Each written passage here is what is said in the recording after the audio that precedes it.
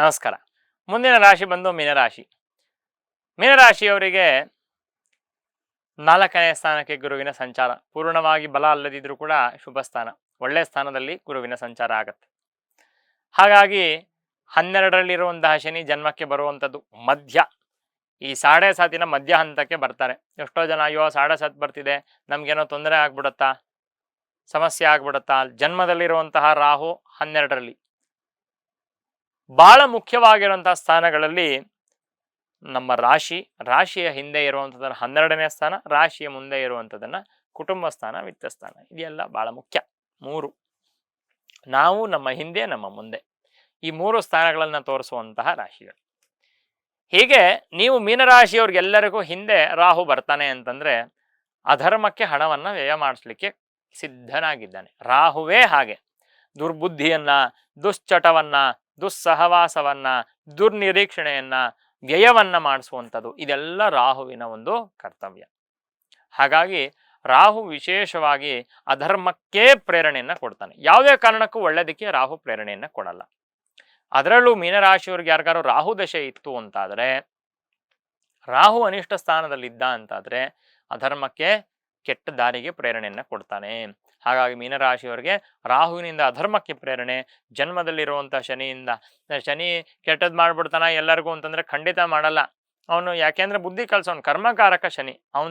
ಏನು ಅಂತಂದ್ರೂ ಎಷ್ಟೋ ಜನಕ್ಕೆ ನಮ್ಮ ದೇಶದ ಅತ್ಯುನ್ನತವಾಗಿರುವಂತಹ ಹುದ್ದೆಯನ್ನು ಅಲಂಕರಿಸಿದಂತಹ ಎಷ್ಟೋ ಜನ ದೊಡ್ಡ ದೊಡ್ಡ ರಾಜಕಾರಣಿಗಳು ಯಾರಿದ್ದಾರೆ ಅಂಥವರು ಸಾಡೆ ಸಾತಿನಲ್ಲಿ ಅವ್ರಿಗೆ ಆ ಪದವಿ ಅನ್ನುವಂಥದ್ದು ಪ್ರಾಪ್ತವಾಯಿತು. ಅಯ್ಯೋ ಹಾಗಾದ್ರೆ ಸಾಡೆ ಸಾತಿನಲ್ಲಿ ನಮಗೆ ಕಷ್ಟ ಆಗ್ತಿದೆಯಲ್ಲ ಅಂತಂದ್ರೆ ಯಾರಿಗೆ ಯಾವ ಫಲ ಅನ್ನುವಂಥದ್ದು ಪ್ರಾಪ್ತವಾಗತ್ತೆ, ಅವರವರ ಪೂರ್ವ ನಿಯೋಜಿತವಾಗಿರುವಂತಹ ಪೂರ್ವದಲ್ಲಿ ಮಾಡಿರುವಂತಹ ಕರ್ಮಾನುಸಾರವಾಗಿ ಅವರಿಗೆ ಫಲ ಪ್ರಾಪ್ತವಾಗತ್ತೆ. ಹಾಗಾಗಿ ಶನಿ ಅತ್ಯಂತ ತೊಂದರೆ ಕೊಡ್ತಾನೆ ಅಂತ ಹೇಳಲಿಕ್ಕಾಗಲ್ಲ. ಕುಟುಂಬದಲ್ಲಿದ್ದಂತಹ ವೈಮನಸ್ಯಗಳು, ಕುಟುಂಬದಲ್ಲಿದ್ದಂತಹ ಬೇಜಾರು ಎಲ್ಲೋ ನಿಮ್ಮ ಜೀವನದಲ್ಲಿ ಸಾಡೆ ಸಾತಿನಲ್ಲಿ ಬಂದಿರುವಂತಹ ಒಂದು ಕಷ್ಟಗಳು ಅನ್ನುವಂಥದ್ದು ಏನಿದೆ, ಆ ಕಷ್ಟಗಳಿಗೆ ನಿಮ್ಮ ಕುಟುಂಬದಲ್ಲೂ ಕೂಡ ಒಂದು ರೀತಿ ಸುಖ ಶಾಂತಿ ಅನ್ನುವಂಥದ್ದು ಇರಲಿಲ್ಲ. ಇನ್ನು ಮುಂದಿನ ದಿನಗಳಲ್ಲಿ ಆ ಸಂಬಂಧವಾಗಿರುವಂತಹ ಒಂದು ಸಮಸ್ಯೆಗಳು ಅನ್ನುವಂಥದ್ದು ನಿವೃತ್ತಿ ಆಗತ್ತೆ. ಕುಟುಂಬದಲ್ಲಾದರೂ ನಿಮಗೆ ಸ್ವಲ್ಪ ಸುಖ ಶಾಂತಿ ಅನ್ನುವಂಥದ್ದು ಪ್ರಾಪ್ತವಾಗತ್ತೆ. ಸ್ವಲ್ಪ ಮಟ್ಟಿಗೆ ಈ ಕಷ್ಟಗಳನ್ನು ಎದುರಿಸುವಂತಹ ಒಂದು ದಾರಿ ಅನ್ನುವಂಥದ್ದು ಸ್ವಲ್ಪ ಸುಗಮವಾಗತ್ತೆ.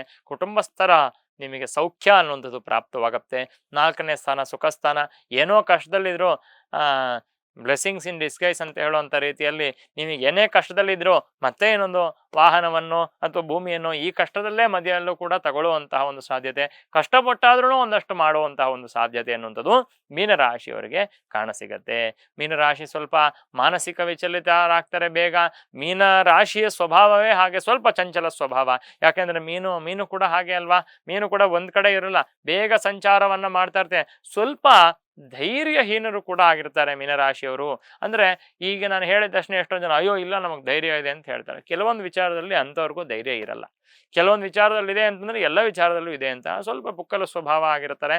ಹಾಗಾಗಿ ಹೊರಗಡೆ ಮಾಡುವಂತಹ ಕೆಲಸದ ವಿಚಾರಕ್ಕೆ ಸ್ವಲ್ಪ ಆಲೋಚನೆಯನ್ನೇ ಮಾಡ್ತಾರೆ. ಅದು ಆ್ಯಕ್ಚುಲಿ ಅವರಿಗೆ ಒಂದು ರೀತಿ ವರದಾನವೂ ಹೌದು. ಯಾಕೆ ಅಂದರೆ ತುಂಬ ಧೈರ್ಯ ಇರೋರು ಬೇಗ ಎಡುವಂತಹ ಸಾಧ್ಯತೆ ಇರುತ್ತೆ. ಸ್ವಲ್ಪ ಭಯ ಇರುವಂಥವ್ರು ಏನೋ ಅಂತಂದರೆ ಯೋಚನೆ ಮಾಡಿ ನಿರ್ಧಾರವನ್ನು ತಗೋತಾರೆ. ಹಾಗಾಗಿ ಅವರಿಗೆ ಬರಬಹುದಾಗಿರುವಂಥ ಒಂದು ಸಮಸ್ಯೆಗಳು ಅನ್ನೋಂಥದ್ದು ಕಡಿಮೆ ಆಗುವಂತಹ ಸಾಧ್ಯತೆ. ಒಟ್ಟಾರೆ ಮೀನರಾಶಿಯವರಿಗೆ ಮಿಶ್ರ ಫಲಗಳನ್ನು ನಿರೀಕ್ಷಣೆಯನ್ನು ಮಾಡ್ಬೋದು. ಪೂರ್ಣವಾಗಿ ತೊಂದರೆ ಆಗತ್ತೆ ಅಂತ ಹೇಳಿಕಲ್ಲ. ರಾಹು ಕೇತುಗಳು ಉಪದ್ರವ ಕೊಡುವಂತಹ ಒಂದು ಸ್ಥಾನದಲ್ಲಿದ್ದಾರೆ. ಹಾಗಾಗಿ ರಾಹು 12ರಲ್ಲಿ ಬಂದಾಗ ಅಧರ್ಮಕ್ಕೆ ಯಾವ್ದಾರು ರೀತಿಯಾಗಿರುವಂತಹ ಕೆಟ್ಟು ಮಾರ್ಗದಲ್ಲಿ ಈ ಆರ್ಥಿಕವಾಗಿರುವಂತಹ ವ್ಯಯ ಆಗುವಂತಹ ಒಂದು ಸಾಧ್ಯತೆ ಇದೆ. ಹಾಗಾಗಿ ಅದರ ಬಗ್ಗೆ ತುಂಬಾ ಎಚ್ಚರಿಕೆಯನ್ನು ವಹಿಸಬೇಕಾಗತ್ತೆ.